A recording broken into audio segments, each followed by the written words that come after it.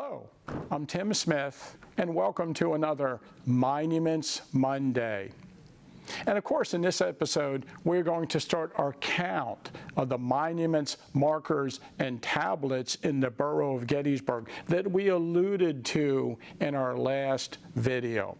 So I noticed that the first 11 monuments, markers, and tablets that I'm going to discuss are all associated with the heavy fighting on the afternoon of July 1st north of the town, associated with the retreat of the 11th Army Corps, commanded by General Oliver Otis Howard.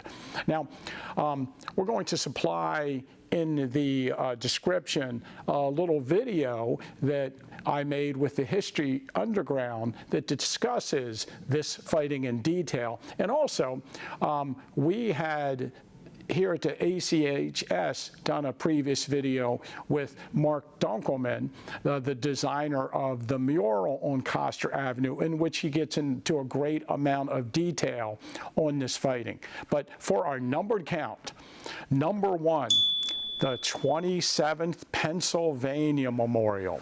And again, we have a previous video on this, but this marker was dedicated on July 1st, 1884. And originally, this marker was on East Cemetery Hill. And then when they got their appropriation from the state of Pennsylvania and put up a newer, larger monument on East Cemetery Hill, they moved that particular monument to Coster Avenue to what they considered a secondary position. And it was moved in September of 1889. Number 2 is the monument to the 154th New York Infantry, which was dedicated on July 1st, 1890 at the Coster Avenue site. Number 3 and 4, or the right flank marker and the left flank marker to the 154th New York that were placed at the time of dedication. Now, some people might say you probably shouldn't count flank markers as monuments, markers, and tablets. But we do count flank markers on the battlefield into our count when we talk about how many monuments are on the battlefield proper. So we're going to count them. Number 5 is the marker to the 134th New York. Now, they also had a monument placed on East Cemetery Hill, and this is kind of a secondary position marker that was placed along Coster Avenue on July 17th, 1905. There are no flank markers associated with the 134th New York marker, which I find unfortunate because I would really like to know where they believe that their right flank was positioned on the afternoon of July 1st when they were overwhelmed and driven back with heavy casualties.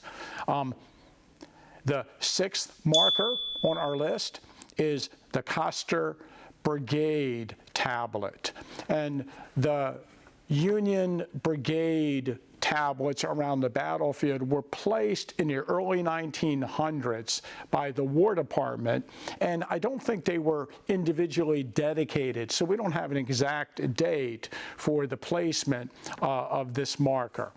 Number 7 is the Coster Avenue mural itself.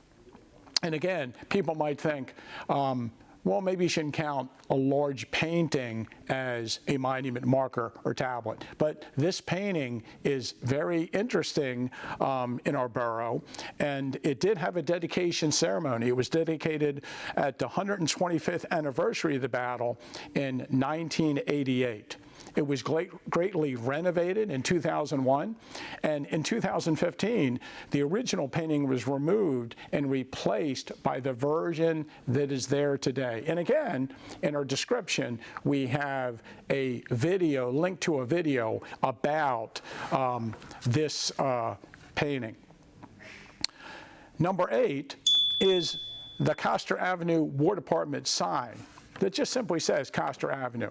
And again, on the battlefield, when we talk about monuments, markers, and tablets, the War Department plaques are counted as markers, like the marker that says the Kadori Farm, or the marker that describes the area of the Loop, or, Colgrove Avenue.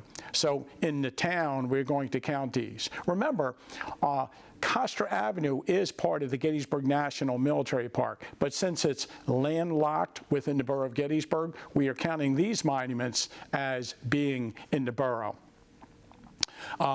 Number 9 is the marker, the monument to Lewis Heckman's Battery K, 1st Ohio Light Artillery. It was dedicated on September 14th, 1887. Now, it is on the campus of Gettysburg College, and beside it there is an artillery piece. We are not going to count artillery pieces as monuments, markers, and tablets in the town, although by my count there are 6 artillery pieces in the town that we could count as part of monuments, markers, and tablets on the battlefield, but we're not going to count the cannons. It really depends upon how you count too, because remember, I said that part of East Cemetery Hill, which is filled with artillery pieces, is technically in the borough, and the National Cemetery and the line of cannons along Seminary Ridge Avenue also. I should mention that Lewis Heckman's battery on most early maps of the battlefield is not on the west side of Carlisle Street, but it is shown as being on the east side of Carlisle Street along what is now Lincoln Avenue. And that's interesting because number 10 on our list is the left flank marker for Heckman's battery. There is no right flank marker for Heckman's battery. And most of us who are interested in this topic believe that there was a right flank marker for Heckman's battery at some point. And at some point, that marker is no longer there. It was removed. And we're not sure if it was next to the monument on the west side of Carlisle Street, or if it was along Lincoln Avenue and was removed at some point when houses were built along that stretch. So that's very interesting. Also, I should mention that Heckman's battery originally had 2 artillery pieces, one on either side of it at that location. But if my memory serves me correct, at some point in the 1990s, a car hit the cannon carriage. The Park Service removed the cannon carriage, and while the cannon carriage was away, Gettysburg College renovated the intersection of Carlisle and Lincoln Avenue there and put a Gettysburg College sort of a memorial wall at that location. So the cannon barrel and carriage was never returned to that site. Also, number 11 on our list is associated with the battle around Custer's brigade, and that would be the Amos Humiston Memorial. Dedicated on July 3rd, 1993, at the 130th anniversary of the Battle of Gettysburg. This marker indicates the death site of Sergeant Amos Humiston of the 154th New York.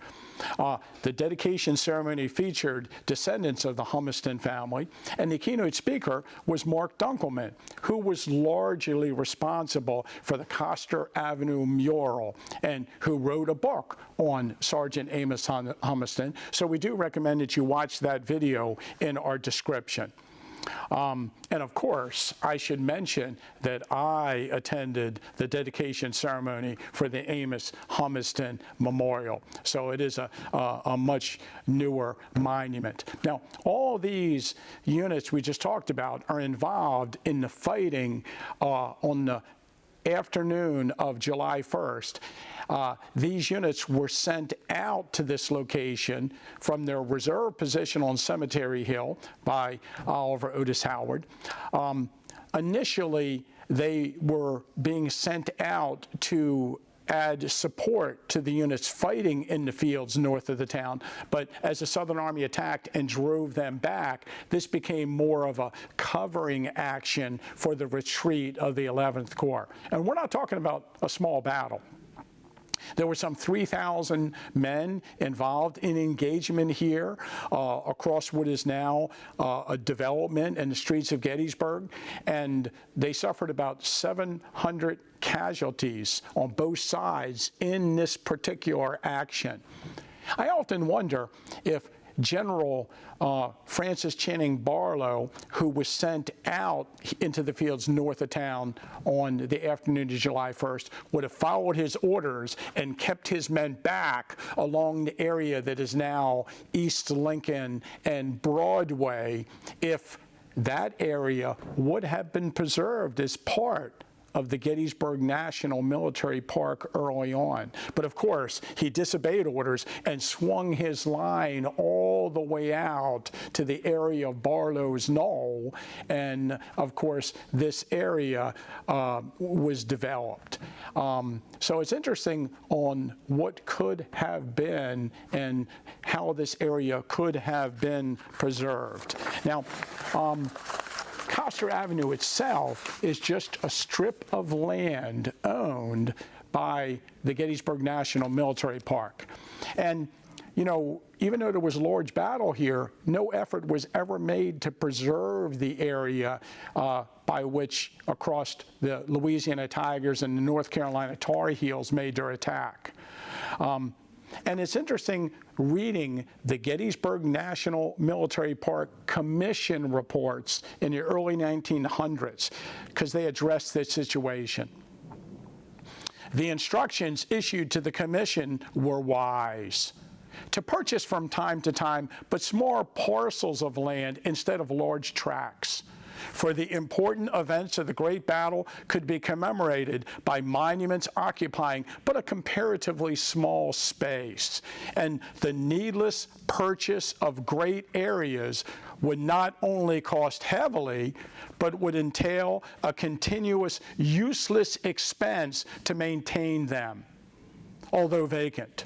In a good condition, in our opinion, the acquisition of any further extensive tracts of land here by the U.S. government would be a waste of public funds. And the theory was that these monuments were in the middle of undeveloped farmland at the edge of the town. This area would always remain undeveloped. Of course, today, these monuments are surrounded by development, and we realize that this plan was not successful.